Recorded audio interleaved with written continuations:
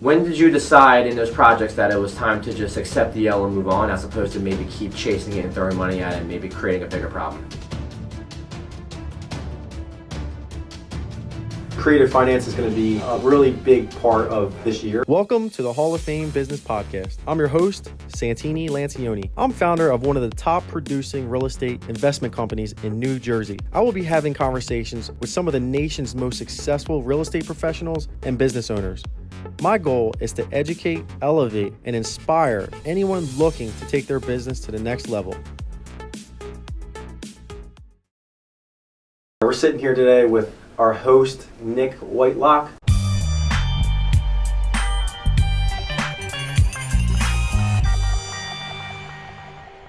I'm back. We are changing the format today. We're going to call this the speed round real estate version. I got some questions that I did not tell him beforehand, so he didn't have time to prep for them. So they're going to be on the fly, and they'll be true answers, which is what we want to hear. So question number one, with the upcoming, which we all believe was going to be a recession, big change in the economy, housing, you name it, what is going to be your plan to adjust to what is going to be next year's market? You have to be better at sales. You have to buy better. You have to be able to analyze and process quicker. And when it comes to analyzing deals, you have to have multiple exit strategies. Creative finance is going to be a really big part of this year when it comes to finding a solution for these sellers, because if their mortgage is higher than what the house is valued at because of the market dropping, we would just have to look at the interest rate, because maybe you have a 2.5% interest rate that you got right around COVID time, and right now rates are at 7-8%. The note and the financing is where the value is in 2023. Okay, so you do rentals, flips, and wholesaling. Mm-hmm. With what's coming up next year, do you think one will grab more of your attention than the other two? Rentals are going to be a big part of this year. Some people might say that's crazy because of interest rates, but I think with the creative finance that I just talked about, that's where we'll see those opportunities. When it comes to flipping and wholesaling, it's going to be a balance, because a lot of flippers are not active right now. Yeah, You're sure. seeing that for sure. Like if you pay attention to like PropStream or the MLS, you'll see like the activity's down. So we're going to have to become really those flippers. And for me, I'm looking for low exposure, quicker, like $15,000, $20,000 renovations, stuff I can get in and out in 30 days, a lower ARV, more affordability around like that $200,000-$300,000 range or under. So that's where I'm heading. But yeah, I would always look at, can I wholesale the deal first? If I don't have a buyer for it, does the numbers make sense for me to rehab it and flip it myself? So that's really, I'm hoping that it's a mixture this year. Right, cool. So you posted some videos recently of, to put it lightly, I guess, taking some L's, which is going to happen to all of us. Yeah. Give some good advice, as I think a lot of people might get trapped in this.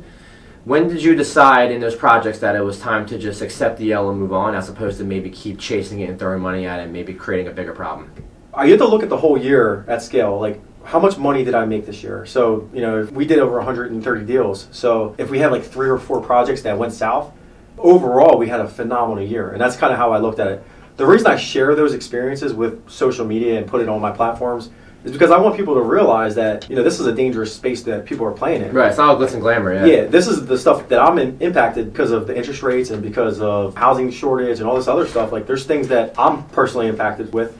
And, if I posted all of the wins, like, how do people learn? Like, I learned 99% of my things from the failures that happened to me in my business.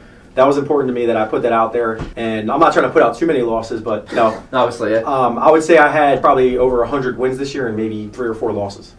Those projects that losses, though, what was like a point where you felt like, all right, we just have to sell and we're just going to lose money? You know what I'm saying? Like, some people might just be like, keep chasing it, like, hey, if I put in 20, maybe we can get 10 more profit, maybe we can break even. Like you obviously just had to be like, all right, we're not going to make money on this. It is what it is. Like, yes, you had good wins to offset it, but like, how did you know, like, all right, we just got to cut the head off the dragon? Yeah, for that particular project, we would just look at, like, does the numbers make sense? Like, where do we stop the bleeding? If we lose $20,000 on this, or if we put another 20 into it and maybe we'll lose 10, it's like, what's the opportunity cost? Like, what kind of resources are we jamming up into this project just to continue to, like, see what happens? Plus, for me, speed is important. So if we can just get this off our plate, I'm sure I can make it back up with another project. And even though you lost money, in a way, you still have money tied up. So you are getting some capital back that can, put towards something else. Exactly. As well. Yeah. The opportunity cost, people don't factor that in. Like, if I have 100K jammed up, what opportunities am I not being able to take on? Exactly. Or is it making me, like, gun shy on opportunities because even though I have the capital, like I don't want to keep getting stuck in that vortex of spending all this money. Right. So yeah, it's just you lose clarity when you have a lot of money jammed up, and that for me is important. Like just have freed up cash, and as long as you have some rentals, that's going to offset some of those losses. And like again, if you have a big year, it's not the end of the world. Right, for sure. Mm-hmm. So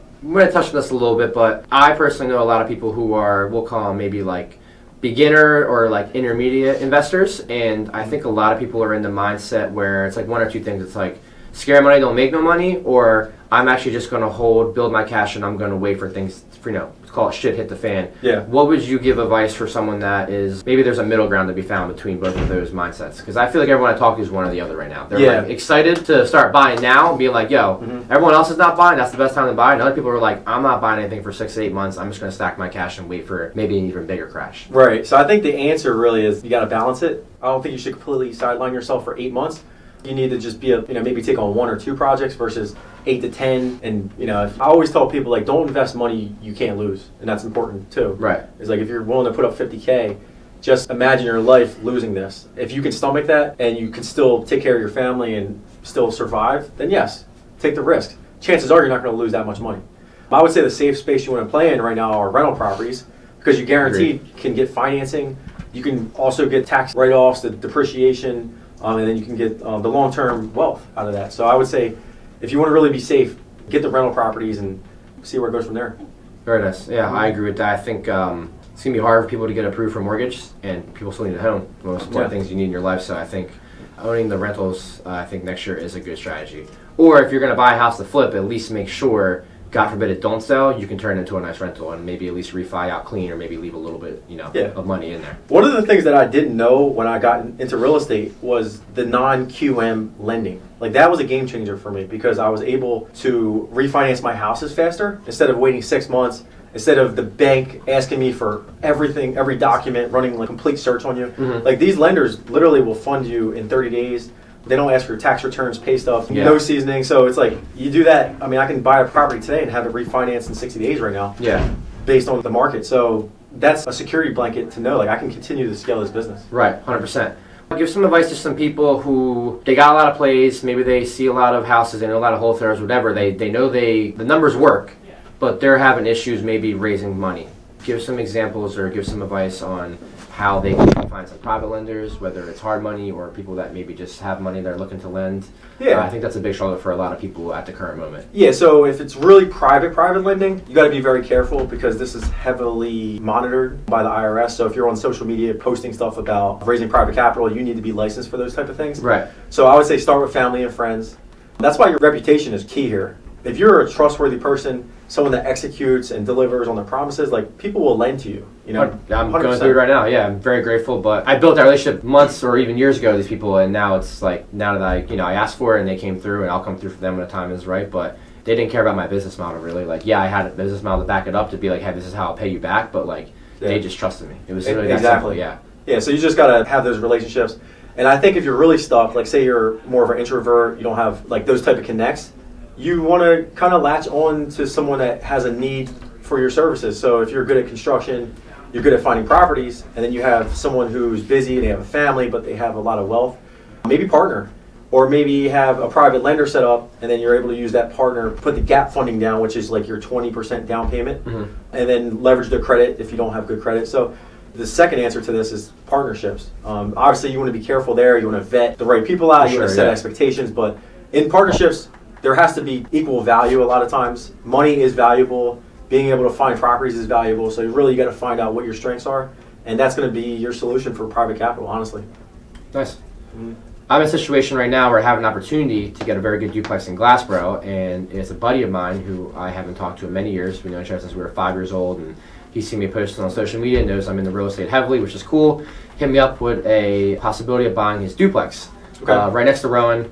Has tenants in there already, but their leases end in July, so I'd be able to get them out and probably put in college kids. That'd be the goal. I grew up in Glassboro, so I know the area very well.